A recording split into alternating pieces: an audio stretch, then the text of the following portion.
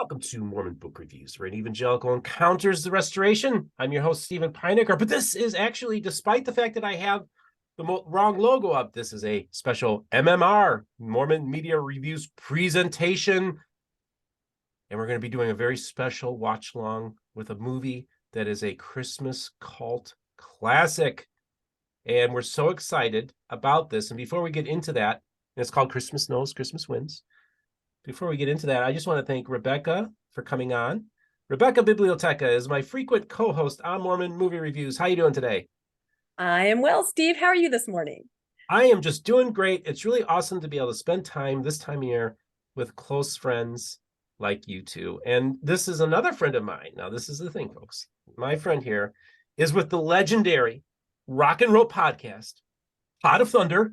Now, warning to you all, it's a not safe for work podcast. So for those of you who are sensitive to language, perhaps you don't want to listen to it. Now, Nick doesn't use the bad words, and I've been a guest on that program, and I didn't use any bad words, but you do use some bad words. But it's a great, awesome podcast, Pot of Thunder. Nick Jones, welcome to the program.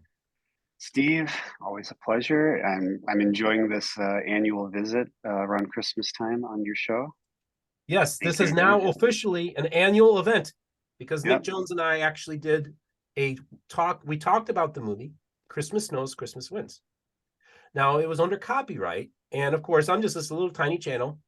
And Nick actually came to me. Now, let me give you a little background here. Nick Jones and I are from what's called the region, Northwest Indiana, home to Gene Shepherd, all of you best known for A Christmas Story. And Nick reached out to me. And again, this is all part of my journey, folks. Like Nick, I lost touch with all my family and friends for like a very long time, like a dark decade of the soul. And Nick, throughout that decade, reached out to me on Facebook, unbeknownst to me, because I didn't realize I had a Facebook account. But he reached out to me, and we reestablished our friendship as a result of my channel. And so this is kind of like a Christmas miracle. It does feel that way, yes. But you came and brought this. You brought this movie to my attention. Mm-hmm. Maybe talk a little bit about how you came across this film. So I am a fan of Christmas media. I guess I love a lot of the Christmas music. If I can find old television shows that have Christmas episodes, I just enjoy kind of going back and exploring that. And a couple of years ago, I was on YouTube, and there was a playlist that someone had made of Christmas movies, and they, of course, weren't the popular ones because you have people flagging it for copyright if it was something like that, but lesser known stuff, which was fine with me. And this happened to be on that playlist, and I watched it. And at first, I mean, we'll get into it, I don't want to give too much away, but at first I didn't get that it was going to be different. It was going to be a unique sort of a Christmas special. And then just sort of toward the end, it's like, oh, wow, it all came together.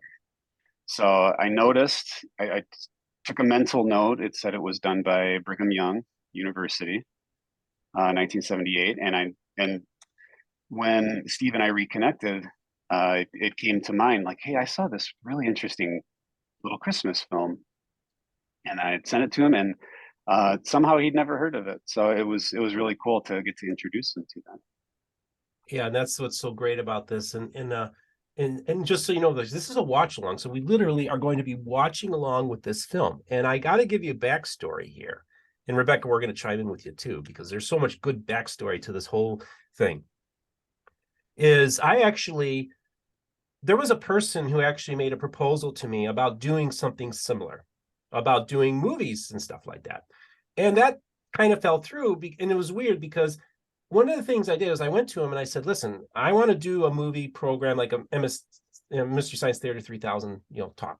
We talk about the film. And I said, and the goal of this is I want to get permission from Brigham Young University Films to do Christmas Knows, Christmas Wins. And this person goes to me and says, there's no way that would ever happen. Impossible. And I'm like, oh, no, you don't say that to me because inevitably it's going to happen. And it did. And now we went our separate directions. But this really, truly is another Christmas miracle. And so I want to thank Devin Jensen at BYU, who I reached out to get some contacts over at the copyright office at Brigham Young University. I talked to Jack, I don't even know his last name, Jack at the copyright office, who spent about 2 weeks investigating, looking, talking to the right people. And the other day he said, Steve, we're on board. They love the idea of doing this. And so this is really exciting. So thank you so much for Devin for giving me the right people to talk to, and Jack over at the copyright office. I really appreciate it. This is really awesome. Rebecca, we're going to start this shortly, but Rebecca, I also think it's important because of course you're really into Mormon media reviews and all the Christmas stuff and all this. Maybe give a little background about maybe your relationship with the writer and of this, and that your husband has as well. Maybe talk a little bit about that. Yeah, certainly. So my experience with this film, I've said it before, how the way I was raised, we didn't have television. We watched things from the Meeting House Library, the LDS Meeting House Library. So we watched all the videos and films that, BYU put out. So this was one of those. So I actually saw this, I think when I was a little bit of an older teenager. Let's say I would have been about 12 in 78. So yeah, I must have been a little bit older. But so I had seen this back in the day, and it was always very interesting to me. So when I came across it later in life, when I was married, first married, my husband and I, just for fun, would check things out of the Meeting House Library. And I watched it again then. So it's been something that, and I think as Nick said, we'll see later, there's just something about this. It's not what you expect.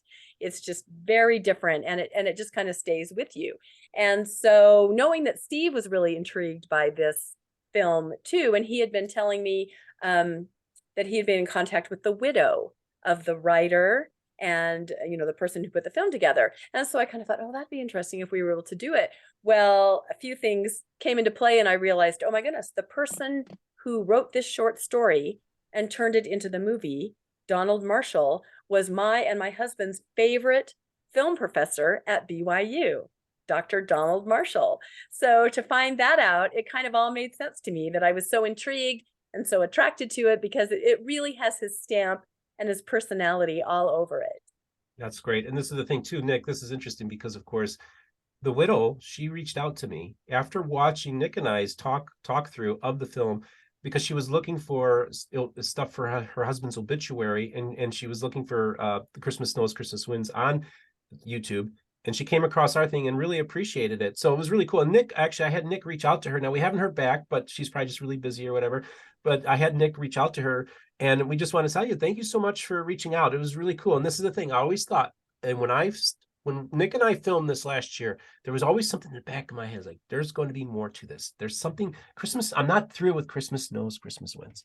And so without further ado, I think it's time for us to start our talk along, watch along, and of Christmas Snows, Christmas Winds. And again, thank you everybody who helped make this possible. So I'm going to do our screen share, and I'm going to, okay, folks, here we go.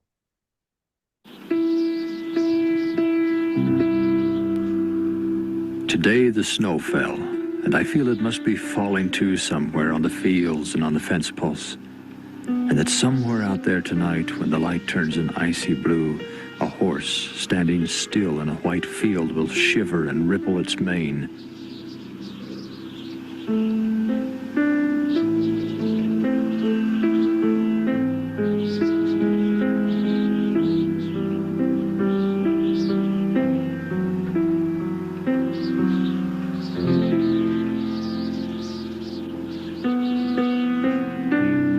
Before this starts, I just want to let you know, folks, we're going to not really talk over the film, because for many of you, this is the first time you'll be watching the film. But we are going to chime in. We're going to hit pause now and then with our observations and everything like that. So, but I would really want you to take this film in all its beauty.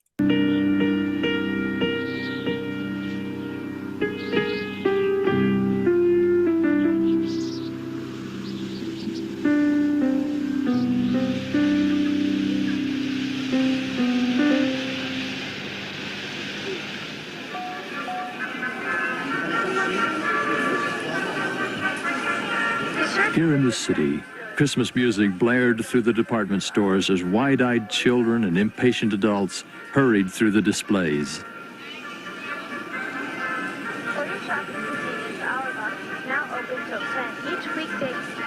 I watched the electric. So, Nick, what do you have to say about this department store scene? Well, it's familiar. It's very much now. Of course, this predates Christmas Story by 5 years, and I wanted to make that clear because I'm going to be comparing it to the Christmas Story, and I don't know how widely seen this film was, whether it had an actual direct influence or not, but just the cinematography, the sets, just the overall tone of the film really reminds me of it. And you got the narrator, like when Gene Shepard's narrating over A Christmas Story. Movie more or less opens with people looking in department store windows, just like they would have at Goldblatt's in Hammond, Indiana, back in the 1930s. And yeah, that I just wanted to. I'll try not to compare it too much to Christmas Story, but it's just to me, especially the first time when I watched it, it really struck me like, wow, this is stylistically very similar. Okay, and Rebecca, since we're paused here, of course, this is your 1970s, I mean, memories. Now, of course, I would have been 5 years old when this movie came out, so this actually would have been part of my Christmas memories as well. But this really brought you back, didn't it? Yeah, it really captures that. My young Christmas memories would have been the late 60s and the early 70s. And my dad had a trench coat just like the narrator is wearing right there. And I think I owned that bear right there on the right. I'm not kidding. I would show this to anyone and say, if you want to know what Christmas was like in the late 60s or early 70s, this is it. It just really captures it in every way. So it's extremely nostalgic for me to watch this. Okay, well, that sounds great. So let's do this continuing walk down memory lane for all of us, and this is really great.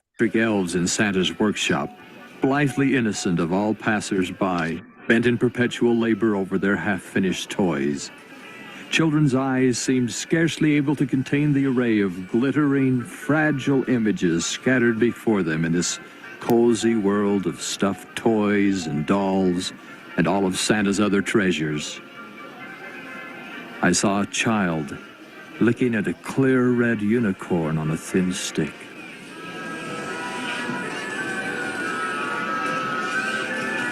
And the music and the memories caught something in my mind. I remember those glass candy animals. And I remember other things. I remember the days, the weeks, the months. Other things. I remember other things. Nick, what do you have to say? We've touched on what, again, I'm not going to go ahead of myself, but what makes this a very unique Christmas film. And you've got all of a sudden, some sort of dissonant, foreboding almost bit of music. Yes, and of course, folks, we demanded that Nick bring the piano back this year. We played it on their original one. And so that was his attempt at replicating the music. So yes, there's a foreboding. This is what makes this a very different Christmas movie. Months of waiting when December seemed interminable worlds away. I remember the long afternoons at school when the radiator hissed and bare branches made tapping noises on the windows. And I longed for the passings of weeks till that special day. I remembered those tinseled moments even before October's leaves had turned to blue-gray smoke in the November air, when a sudden woody smell of pine or a far-off jingling of a bell sent crystal shatters of Christmas tingling through my veins.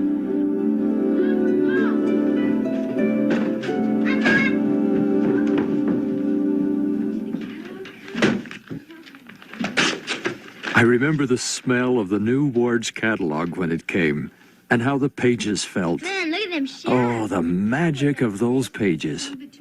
Reaching with some inexplicable power through the endless blur of days ahead, they could steal a handful of Christmas and scatter it instantly before us.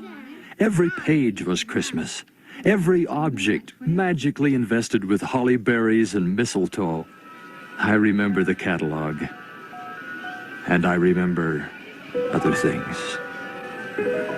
After the endless days of painting and cutting and pasting, the secret gifts we'd make would lie drying by the radiator while we squirmed restlessly at our desks, practicing the songs for the Christmas program, longing for the passing of days and weeks, yet excited by the visions conjured in those songs.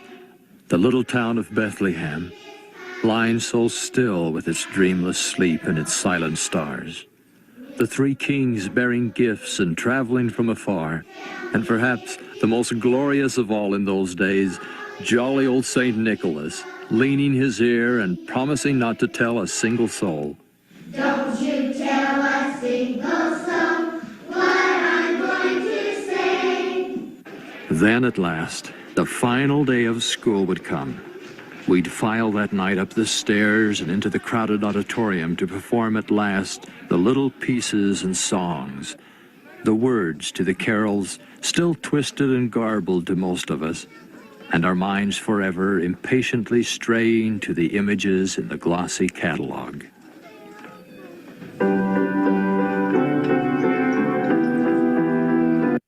Now, this would be familiar to all of our childhoods. Nick, you wanted to say something about this? I wanted to, I remember when we spoke about this before recording, actually a couple days ago, Rebecca mentioned something about memories of a catalog as is featured. Back to the catalog. No, that's absolutely true. The Sears catalog is the one that I remember more than the Ward's catalog, but absolutely. And I think it's funny. I tried to describe that to my kids when they were growing up. Oh, didn't have TV, didn't see commercials, but it was a catalog, and they didn't quite get it. There's nothing like that when that would just arrive and you would just spend hours looking at it and imagining the things that you could buy, the things that you could get. It was wonderful. Yeah, I remember the Sears and the Ward's catalog. Of course, both great Chicago institutions. I remember going through those as a child as well, and so yeah, that was a different world. That was Amazon. That was our Amazon. That was our Amazon. That's right. And I have to say that in this Christmas pageant, I remember having the little tinsel headband, just like they put on those little girls. Like I said, this is just so nostalgic for me. It feels like they've somehow captured, even though this is years earlier, there's so many things that transcend through the decades. I just feel this is, it's just so current to me. I can just remember. Any child who's been in a Christmas play, this is their memory too. Yeah, no matter this what is their generation. memory. That's right. So let's sit back and enjoy the play.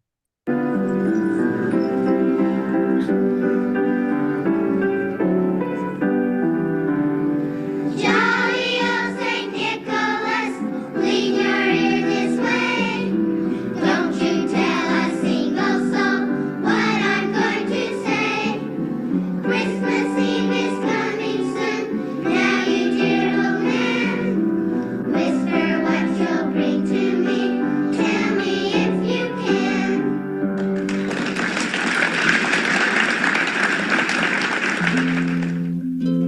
Then the program would be over. There'd be no going back to school for almost 2 whole weeks. And yet, with a new intensity, the waiting would go on.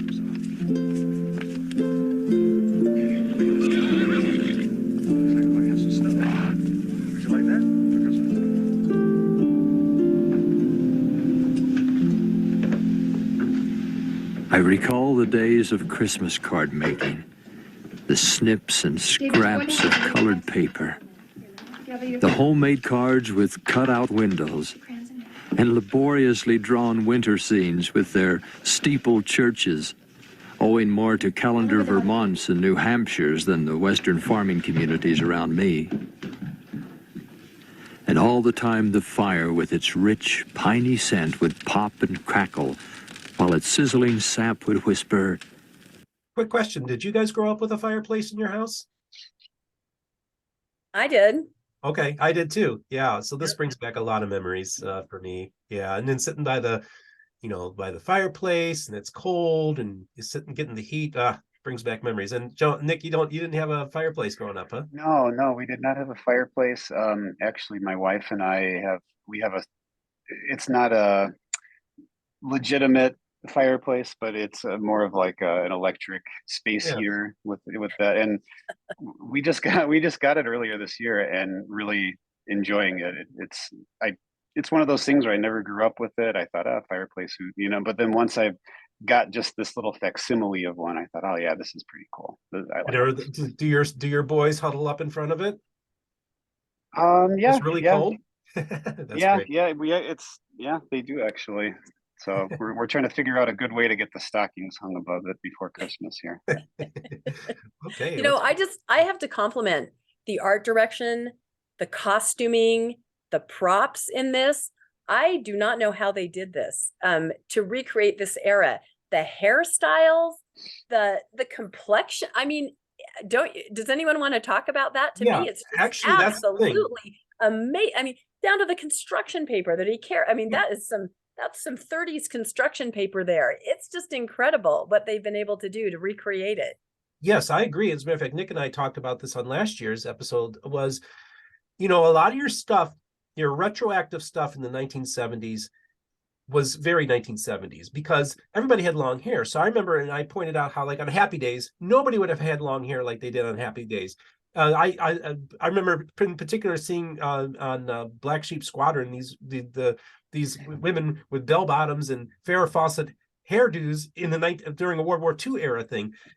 I really liked Mad Men, the show, because they got everything right. Every detail was correct. And I really have to give a shout out to this film for really getting the time and the place right. And it feels like it took place during that time. What do you think about that, Nick? I agree, and it brought to mind a film that I went searching around on YouTube again in the last week or so, and I found a film from a few years ago called, I think it was Christmas for $1 or something like that. And it's about a widower and his children during Depression, in the in the 30s. And while I was watching it, it struck me some of the actors looked like they would be real people in the 30s. Some of them looked like you took someone from this decade and just kind of put a dress on them and put them in there. But just the overall features, and there was not that same attention to detail to really make it look authentic. Okay, so another shout out for a great job. Again, folks, this is really a remarkable film, and I hope you're enjoying this watch along. It's coming. It's coming.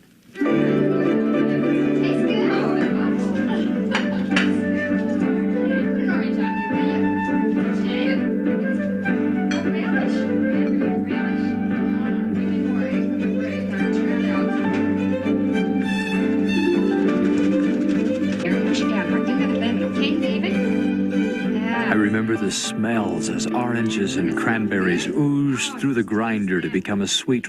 So this is the food, this is the scene, and of course, Nick and I talked about this last year.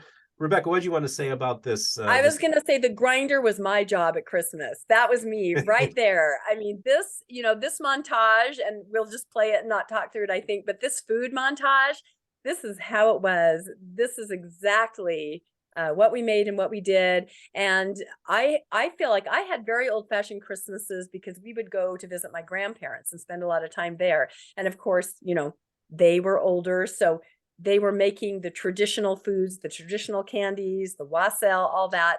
So what you're seeing here is really what I grew up making and participating in. So it's so nostalgic. I can literally just smell the smells. It's incredible.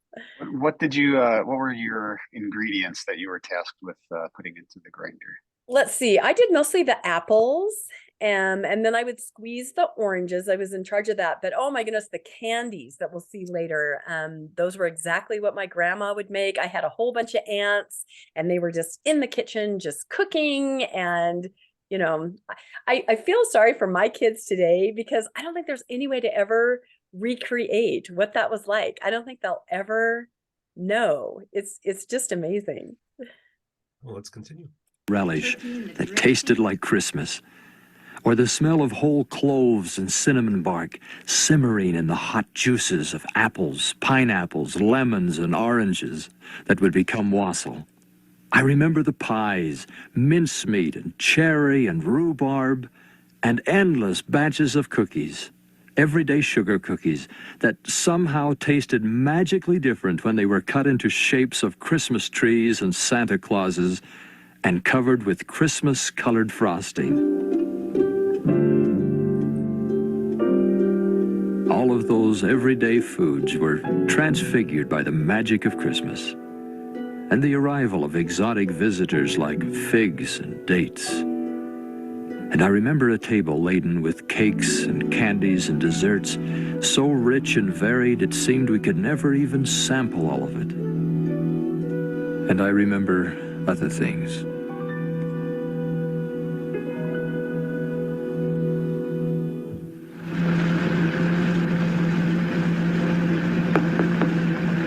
Now I have to say, if he had stuck his tongue on the glass and it got stuck, then we would have another Christmas story montage. That's the scene I thought of when I saw that. I had to say that.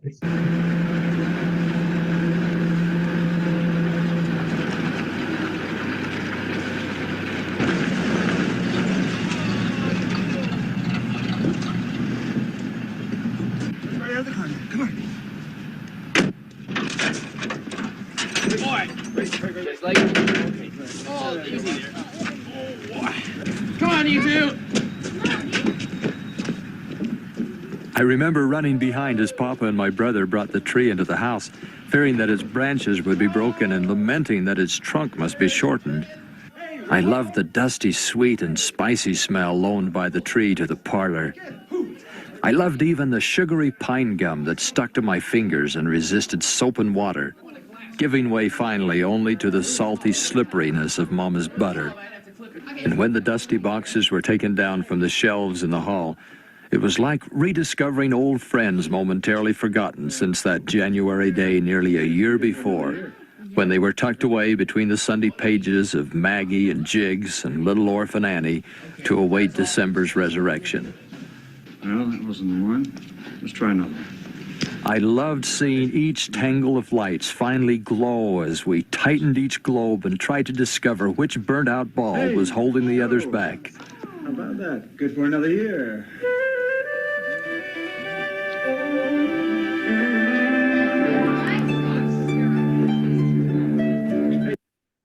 Nick, do you want to chime in? Just wanted to interject that whole scene with trying to get the string of lights to work. That still happens. and the expression, I forget exactly how he said it, but good for another year. It's there. I feel that relief almost every year because it just seems like lights, twinkle lights these days, you use them one time and for whatever reason, while they rest throughout the rest of the year, they just don't work anymore. So there is, yes, that little feeling of triumph that the father had. I've had that fairly recently myself. That's great. That's great.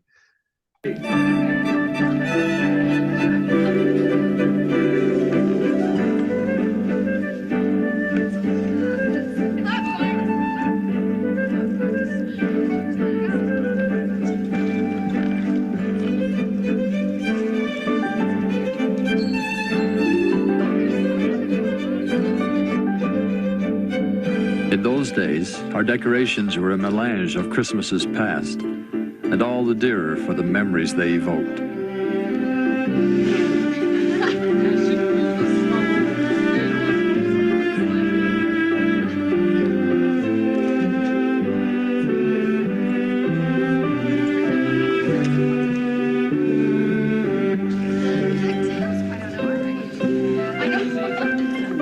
When each member of this bizarre menagerie had found a hospitable bough, and the tree lights themselves were snugly hidden among the branches, each with its uniquely shaped metal reflector, then the whole tree was hung with foil icicles until they dripped, silver and shimmering, from almost every needle.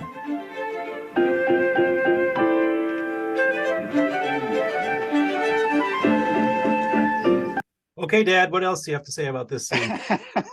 And another thing, I wanted to ask if either of you, because I never have used either on a Christmas tree, have either of you ever done a string of popcorn for garland or used loose tinsel like this? Mm-hmm. Yeah, I was going to Popcorn. bring that up. Yeah, the tinsel, you don't see that anymore, but that was absolutely what you did. You threw just tinsel at it all over the place after you put the popcorn on. And I have to say, I, growing up, had that exact tree topper. That was exactly what we had too. So, because we Yes. decorated our trees with a lot of older ornaments from my dad and my mom's childhood, which would have been of the era. So when they're unwrapping things here in these scenes, I'm like, oh, I had a little Santa like that. I mean, it's very nostalgic. So yep, tinsel popcorn. What about you, Steve? Oh, that's half the fun. Is mom would pop the popcorn, and this is how it works. You literally would take a needle and thread it, and it was fun. We could go and put the kids put put it on the string. So you made it every year, and then of course you're eating some of the popcorn as you're making it. Yeah, that's a great and tinsel. Yep, we did all this, did that as well. I've never done it, but if I get time, it's a week before Christmas Eve as of this recording. If I Yep. get time, I might make one string of popcorn. And Just have the to kids put on help there. you. Have the kids Yeah, help I you. think For sure. that's one of my goals. It might not happen, but I'm gonna try. Please give us a report, and we can talk about next year's Christmas special. So I will. That's the one. That's it. Push it right down on it. Push it all the way down so it's nice and steady. Whoops. Got it.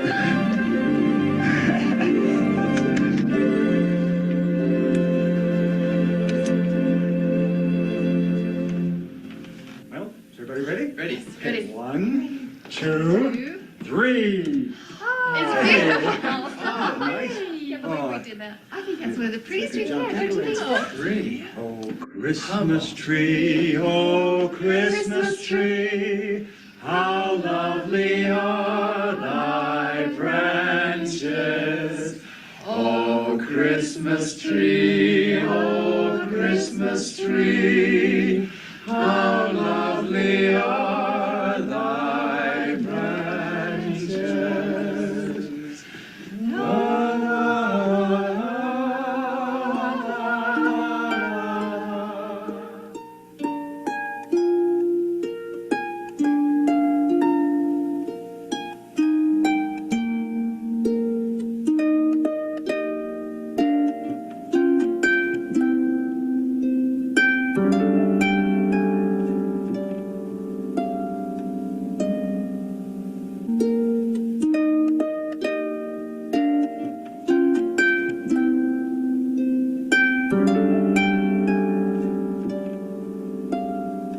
By Christmas Eve, the mound of presents growing under the tree had almost obscured the cardboard village. So we're hearing some foreboding music intertwined with the Christmas music. And I was just thinking I would buy, if there was a vinyl pressing of the soundtrack for this, I would buy this. The music is so interesting during this, and it's such a vehicle for getting the story across. It's lovely and sad, and there's a lot of tension. There's just so much going on. Yeah, I love the music about this. This is really, that's part of the star of this film as well. So, all right, let's continue. Village. And each ribboned package there for more than one day had been rubbed and poked and pinched from every angle. But it was what was not there that we waited for most.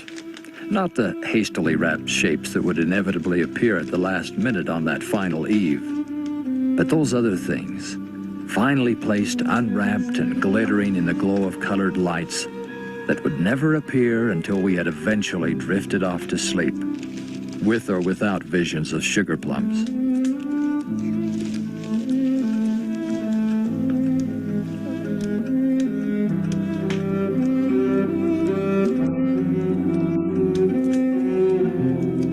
How I'd study the blackened flue of the fireplace, wondering how the whole miraculous thing could possibly be brought about. A snowfall on that eve of eves seemed beyond question.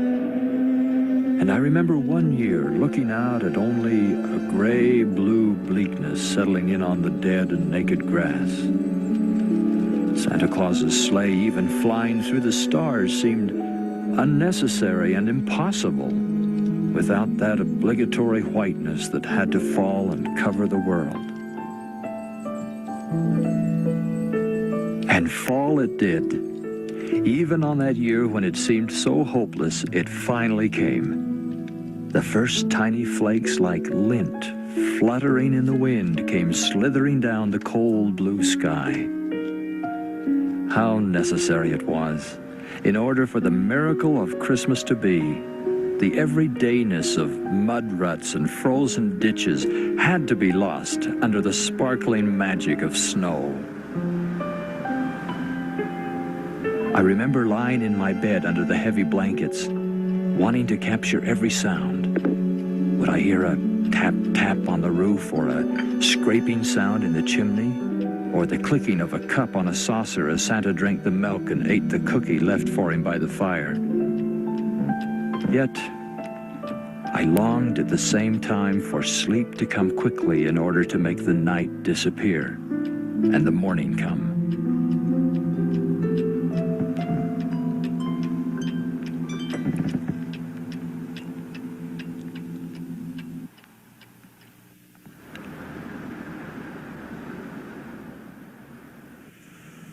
I just wanted to say that, I grew up in a house, a red brick house, 2-story with a basement.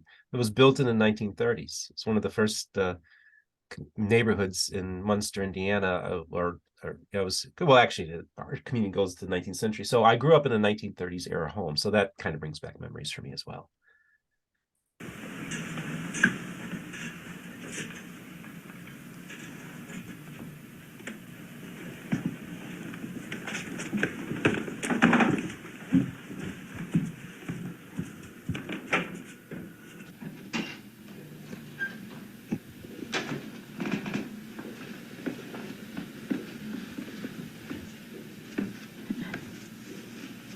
This was that special hour, when the aura of that white-bearded figure who'd left only a few sugary crumbs by the hearth, perhaps only moments before, still lingered in the parlor with its still burning tree lights and still smoldering fire. What other moment could match this moment? This was the special hour, that magic hour before dawn. The room bewitched by the light of the tree, and the only sound an occasional popping of a spark or the shifting of coals as the pine logs, now reduced to charcoal, crumbled into rose gold embers. What a beautiful scene. It's something I can very much identify with. I grew up with, my parents and my two brothers. I'm in the middle. I'm the kid that got up at 4:30 in the morning. Like a first glimmer of consciousness that came to me, I was awake, and I would go running over to see in the darkness and see all the gifts and everything laying there, and kind of snoop around and see if my name was on any of them. And so this is bringing back memories of that. This child here was essentially me back in the early, late 1980s. That's great. That's awesome. Yeah, it's great to live through this vicariously through these characters. And there's all familiar. There's still things that a kid growing up today would also find familiar with this as well.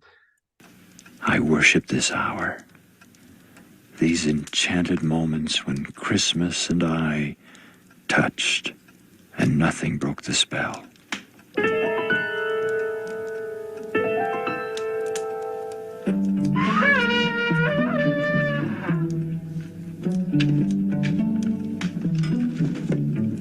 We need to have Gaynor Brunson give him some lessons. What do you think, Rebecca? Yeah, I'm sure he'd have some critique of that little trumpet solo right there. And what kind of parent gives their child a trumpet for Christmas? Oh my God. great point. Oh, that's great. Truth be told, I asked my wife if she wanted an idea to possibly get me something. They make it's like a French horn sort of a thing, and it's made out of like this durable plastic now. You can get them fairly inexpensive. So we'll see if I get that under the tree this year. My Well, again, goodness. report to next year's Christmas special, and we I can will. get the inside scoop.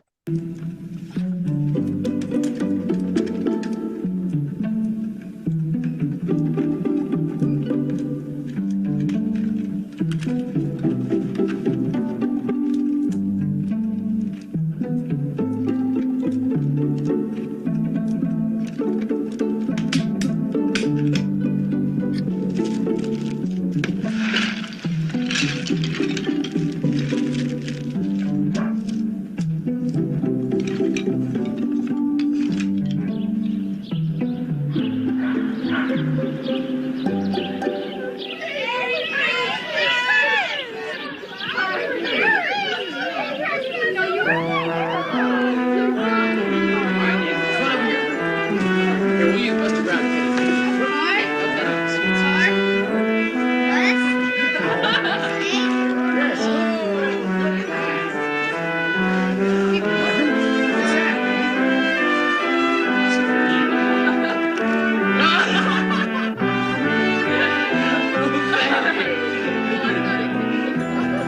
Even the taking down of my stocking was a cherished ritual. There would be an orange, exactly like those from the kitchen, yet marvelous and special. How I loved the cream-centered chocolate Bunker Hills and the ribbon candy and candy canes. There were the inevitable glass candy animals, the English walnuts, pecans, each blessed by the hand of Santa Claus. I just want to know how he was able to fit all that candy in his mouth. I just hope he didn't actually try to clamp down too hard with his teeth on that walnut. Exactly. That was a bit frightening. That moment could have led to a sort of, Yeah. I just have to say that stocking, like I said, my parents were very old fashioned. That was my stocking. An orange, peanuts, those Bunker Hill candies. I've not experienced or heard of the glass candy, the suckers. I have not seen those, but everything else, that was my stocking growing up, because my parents, I think, kind of did what was in their stocking, which was back in the 30s. But I remember the first time seeing this going, wow, that's exactly what we had, the orange in the toe and the peanuts and the walnuts and those other kinds of candies. So again, just so nostalgic. essentially, what is a Bunker Hill candy? It's kind of like a hard candy on the outside, and then on the inside it has kind of a weird gooey chocolatey. Okay. I don't even know if you can get them anymore. I have no idea. They kind of tasted, I don't know. It's what we like a hard fruit flavored candy on the outside, or yeah, it was kind of fruity, Okay. and then but it had a weird chocolatey center, so it was different. It does ring a bell with me as you're describing it. I think I may have encountered that candy as well. Yeah, encountered it. I like that. All right. Later on in the afternoon, while the smell of roasting pheasant or duck drifted from the kitchen, neighbors and uncles and aunts would come stomping the snow from their feet and bursting in, shouting the greetings we all loved. I remember those beautiful moments and how I tried to hold on to them and make them stretch as long as I could throughout the day.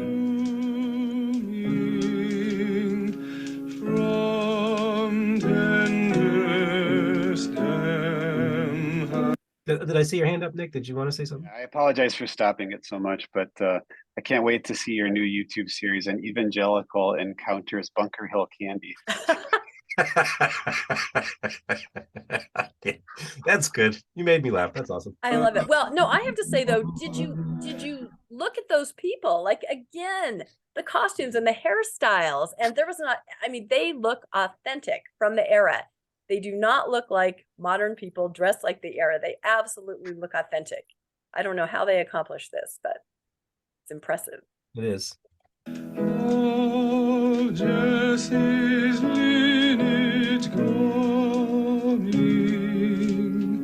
as men of old have sung. It came of But in the late, late afternoon, while I sat drowsily on the rug before the fire, and the house was becoming quiet again,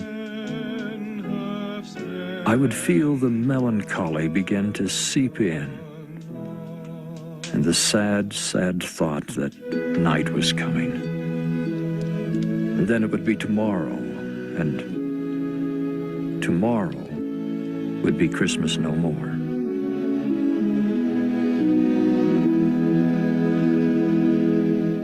I just want to point out, I want all of you, after you're done watching this, to check out Nick and I's talk through of this film, because you actually talk about how he wrote a song called, it's an instrumental called December 26th. Maybe just briefly mention that, Nick. Yeah, that's funny because it was from that feeling of he said melancholy in the film. That's exactly what it is as a child, where all this anticipation, all this preparation, and then it starts on Christmas Eve, and then a day later, it starts to sink in that, like, okay, well, I guess this, big celebratory phase of the Christmas season has quickly come to an end. So, yeah, I years ago wrote and recorded like an instrumental song, trying to kind of capture sort of a whimsical feel, but also that melancholy as well, because that I can certainly identify with. I remember that from my childhood as well. That as soon as the sun went down on Christmas Day, Does you anybody start have to feel. people? Is there any place people could go to listen to that song online? I put it up on YouTube. I can send you the link if Yep, you so want we'll when have. you post this. We can have something. Sure. All Yeah, right, we'll have a it's link. just something I did at home, just for fun. But yeah, thank you for Okay. bringing it up. All right, we'll have it in the description.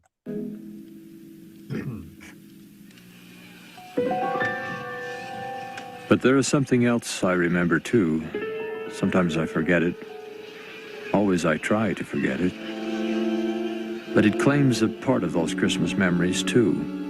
Unwelcome guest in that world of gumdrops and candy canes. It's a memory from another time, much later, when my friends and I were struggling to announce our maturity to the world. It sneaks along the edges of the mind, demanding to be seen, heard, remembered.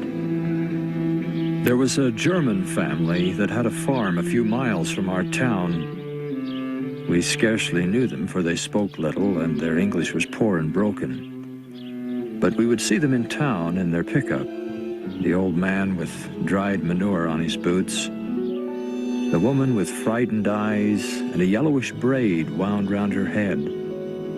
They had a daughter a year or two older than I, a very quiet girl with pale skin, pale hair, who wore hand-me-downs and moved through the halls of school with scarcely a word.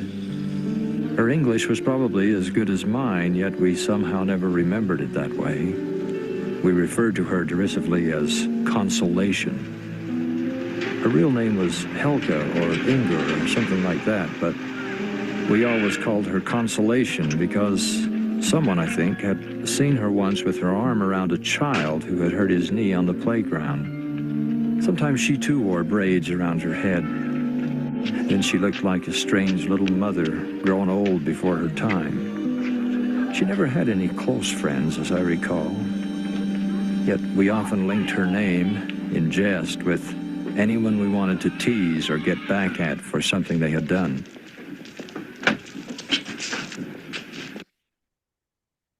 All right, Nick. This is when it starts to really, get heavy. I guess the theme changes from this light nostalgia of a Christmas celebration to this, and it's interesting how this girl is being depicted by the narrator, because and it's funny how time can do that, where when you're a kid and you're with your friends, you kind of think you could be a bit more dismissive of people, and then in retrospect he's describing her as a saintly type person. So it's the contrast, and he said something about they were struggling to announce their maturity to the world, and this is, I think, a great example of what that maturity, this sort of insight that maturity can give you on past experiences and people from your past. Great observation. Yeah, this is where it becomes a different Christmas movie, and that's why I love it so much.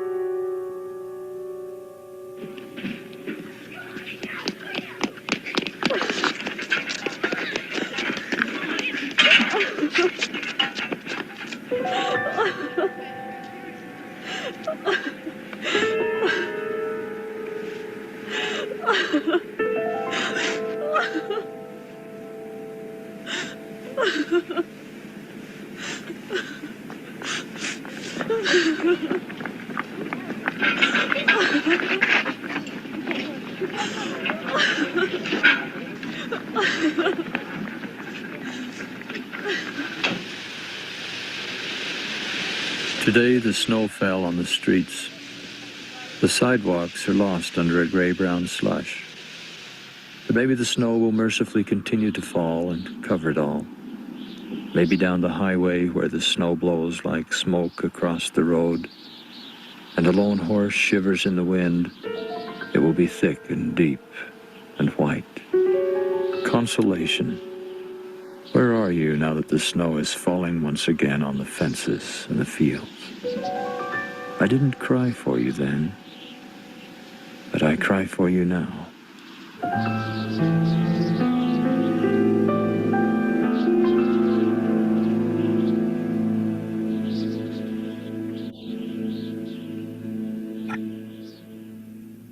Wow. I'm glad we let art just play out, because that's what makes this movie so remarkable. And what are your thoughts, Rebecca? Well, I know one thing that we had talked about before is who was crying. We had thought it was the mother, but I kind of looked closely and saw the mother in the car, and it was Constance that was crying, or Consolation that was crying.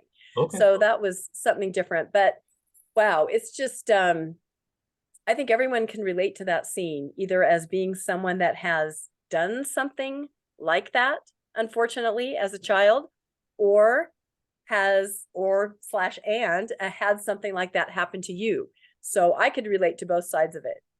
I've teased people as a child with friends, and I've also been on the other side of it where I've been teased. So it's a very poignant moment.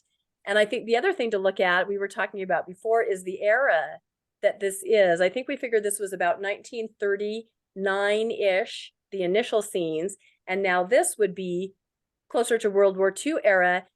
There's a German family living in America and everything that means. This is not just a concert. This has to do with inclusion. This has to do with, a family who has been through a lot, who's trying really hard. And, some little boys don't understand. I think most of us would forgive the boys, they're kids, but there's just a lot more to it, a lot more going on in that scene. Yeah, that's true. Nick? It's really a beautiful scene. The thing that struck me, there's so much going on, and there's so much, it makes you think so much when you're watching it and afterwards. But the thing, for whatever reason, that stuck out to me in viewing it this particular time was when the boy is running out of the school and he sees the father consoling. We're assuming it's the daughter crying on his shoulder, and how the boy's staring at them, and you could tell there's a gravity that he realizes. But maybe 10 seconds later, he runs off, and as he was before that moment. So there's this sort of isolated moment right in the middle of him goofing around in the school and then running off to probably play or goof around afterwards. And then you realize that moment is what is torturing him right now. That he happened to run by and catch that sight, and that's what's stayed with him. And I sometimes wonder, I'd love to find out more, but it almost seems like this is autobiographical. Or you almost couldn't have written this story unless you experienced something like this growing up. Yeah, I would agree. It's really just it's heartbreaking. It's heartbreaking on both sides, because you feel, of course, horrible for the German family, but then you feel horrible for this adult man now who's thinking back on it. And like we talked about the times back then compared to now you can possibly look up this person and maybe try to connect in some way. Back then in the 40s, you probably never saw her again. You never knew what became of her, and that probably added to the heartache. Yeah, absolutely. Yeah, and one of the things we also want to talk about too is, of course, this is it's Christmas time, and we talk about, this is also about the birth of Jesus. And I think it's so important that when we watch all these Christmas movies, we sometimes forget the spiritual part of it, right? The part that Jesus is part of it, but also we sometimes what I don't really care for the genre of many of these Christmas movies, because basically you could turn on the movie and exactly what's going to happen. Everything is scripted out. And in this case, it's different because there's a twist and there's a foreboding that's there with the film where you have all the nostalgia is there. That everything it hits all the right notes with the nostalgia, and it kind of has that Christmas story feel to it, right? But then it becomes a film about having to step back and also deal with other memories that are not so pleasant. And I think that's a more realistic, more realistic. And I also have to say that just to be a little autobiographical on my part, is of course I have suffered from depression for most of my life, and it was particularly bad during the Christmas season. Actually, from Thanksgiving to it was hell. I didn't really, as a matter of fact, it got so bad I got triggered listening to Christmas music. So in one sense, doing this, watching this, and also doing Christmas stuff is actually, it's therapeutic to me, and it's out helping me in my journey of healing. So that's why I really appreciate this film.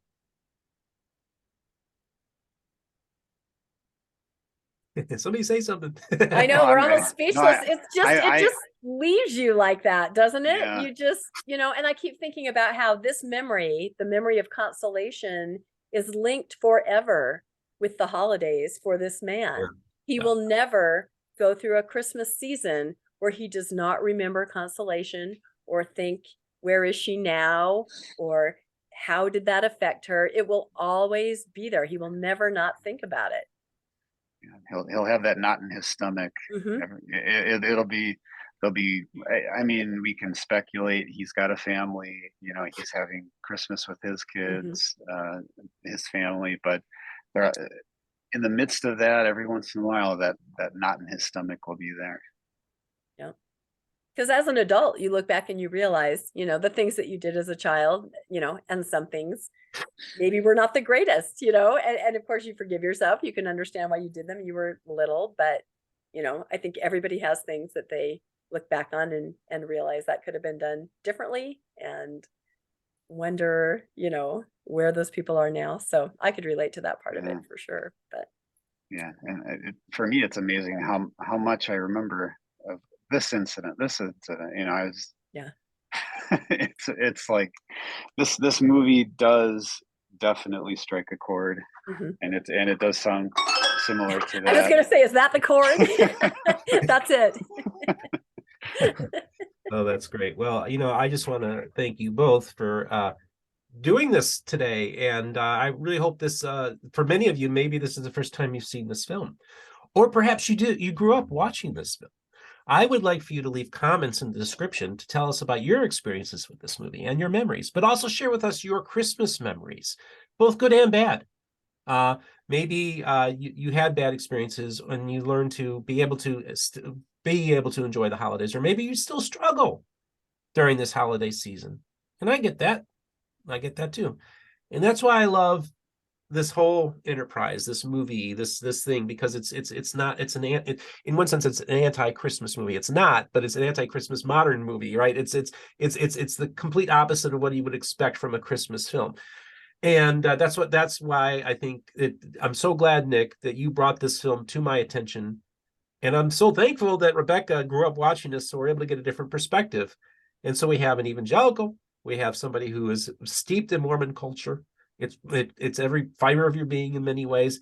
And we have this Polish Catholic guy from Northwest Indiana who came across this film many years ago and was blessed, and also just blessed by the film, and also it gave him a lot of food for thought. What do you say to that, Jonesky?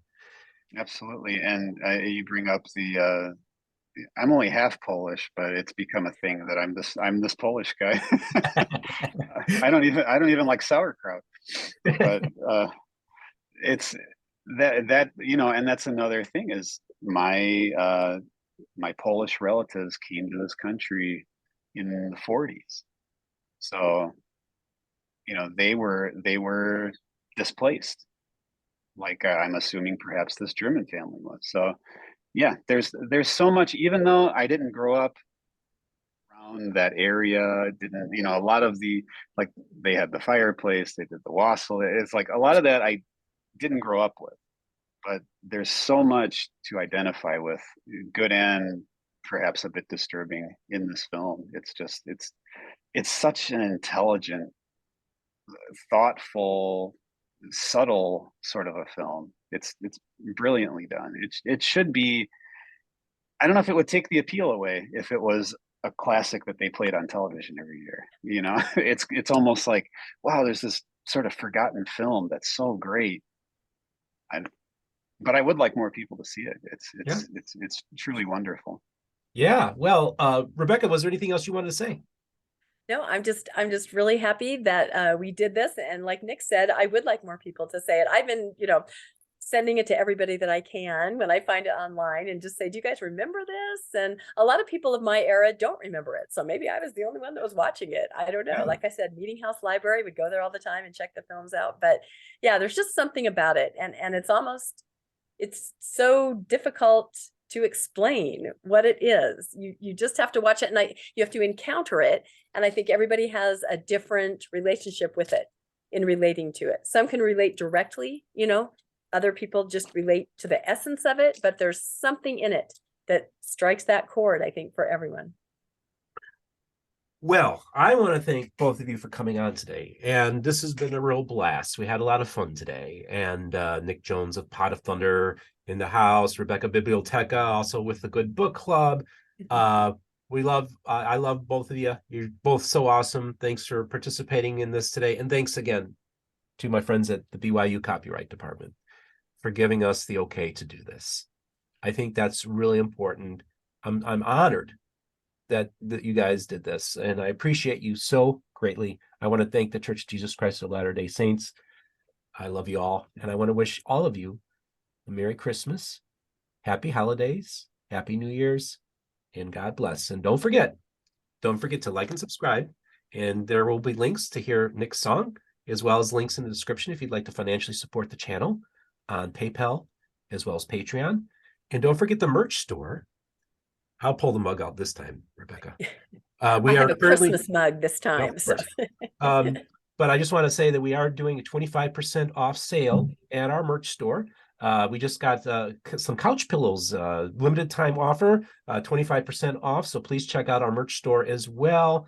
And you all have yourself a great day. And don't forget the most important thing, all the voices of the restoration will be heard here on Mormon Book Reviews.